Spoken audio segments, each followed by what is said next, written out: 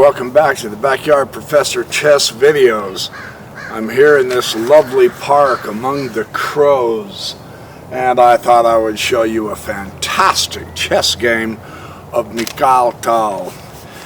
Nobody played chess like Mikael Tal. He played against Solnikov in 1970.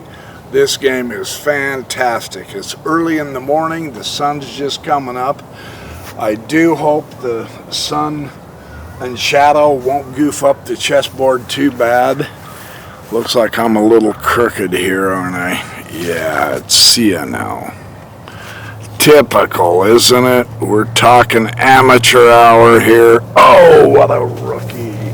Okay, let's do this chess game. This is a beautiful chess game. Tal is playing the white. He opens with king pawn opening, of course.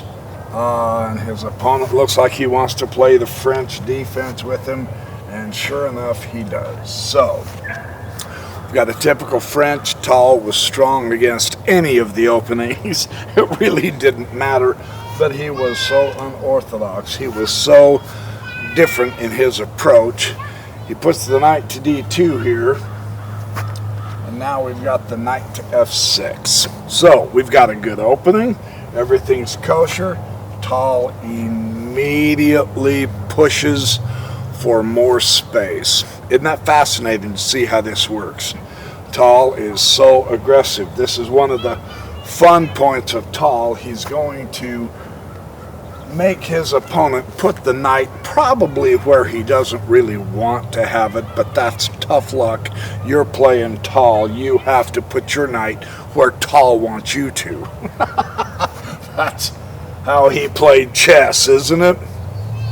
Bishop d3, bringing out the forces, and now he's going to challenge the center. A good concept. You always want to challenge the opponent's center. That's not bad. c3, I'm sure there's a fancy name for this particular French variation. I don't know what it is right off the bat. I didn't take the time to study it out for the details of the naming, but I played through the game and it's a beauty. That's what I want to get to, is the game, the game. So he bumps to c3, and now here comes the other knight. So you can see pressure in the center, no question. More pressure in the center. Tal is just systematically, not only is he gaining more central space like this, but he is emphasizing his development to that center. He's got the extra space. He's going to take complete advantage of that extra space, no question. So his opponent is going to alleviate the central pressure somewhat, and Tal says, okay, game on. Center closed, the pawns are locked. What do you do in this case, right? We've got a very interesting game. Now, his opponent doesn't want to keep the center open, so attack the pawn chain. Attack the locked pawns in the center. Yeah? This is what we're seeing in this particular game. And now Tal does something that is just, I got to make sure I've done this correctly. Tal does something really amazing.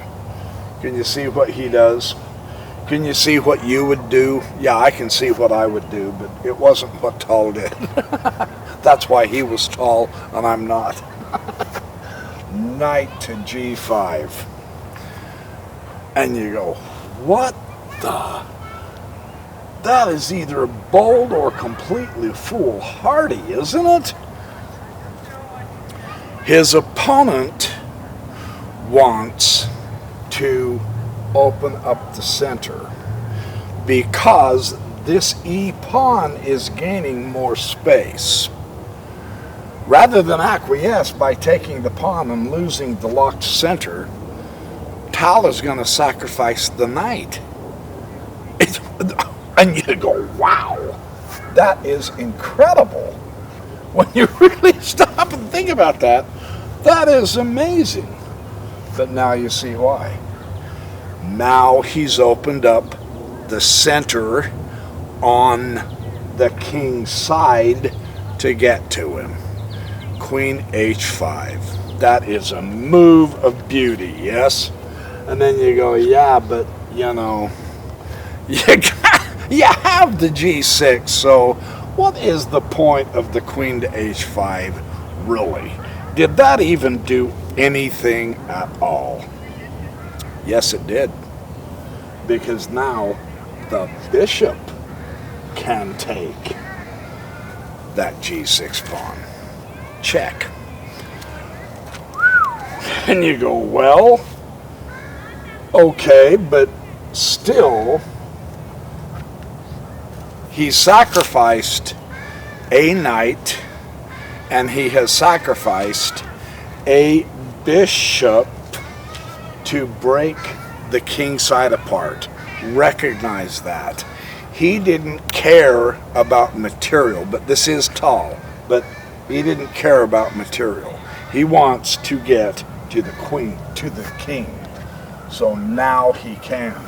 He got rid of two of his minor pieces to break up the pawn structure, and notice how thoroughly exposed the black king is and how absolutely destroyed any king cover is. Is the sacrifice of material to open up a king like this worth it? Well, let's keep watching how Tal operates. King comes to E7. Knight to C4?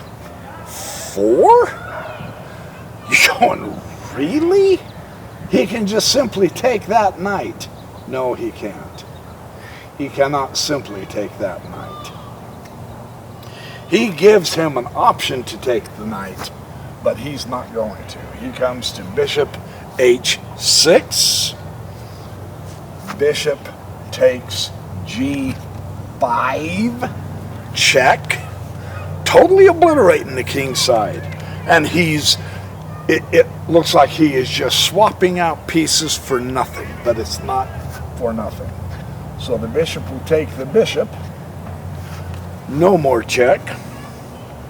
And now the queen comes to G7 check. So now he's opened up the king side, and now he can attack it. And you look at it and you go, oh, for Pete's sake, it's only one piece. How can he possibly win? He can win. It's beautiful how he wins too. And now we see the real beauty and power of his move, because he's got this knight here that's been in prize for the last 3 moves. He pops in there for the checkmate. That is a game of beauty, isn't it? I mean, that is so much fun. Rather than worrying about taking the rook and taking material, Tal just eliminates him. Fantastic chess exercise. Only Tal, as only Tal can do. So there is your Backyard Professor chess exercise, chess-er-cise. Hope you enjoyed this. I do believe I've got another one I'll show you here just shortly. In the meantime, remember, if I don't get back until next time, which is probably true because I'm going to end this time. See, ain't logic grand? You guys have a great day. Be good, be happy, do well, have fun, smile a lot, and I will see you in the next Backyard Professor Chess video.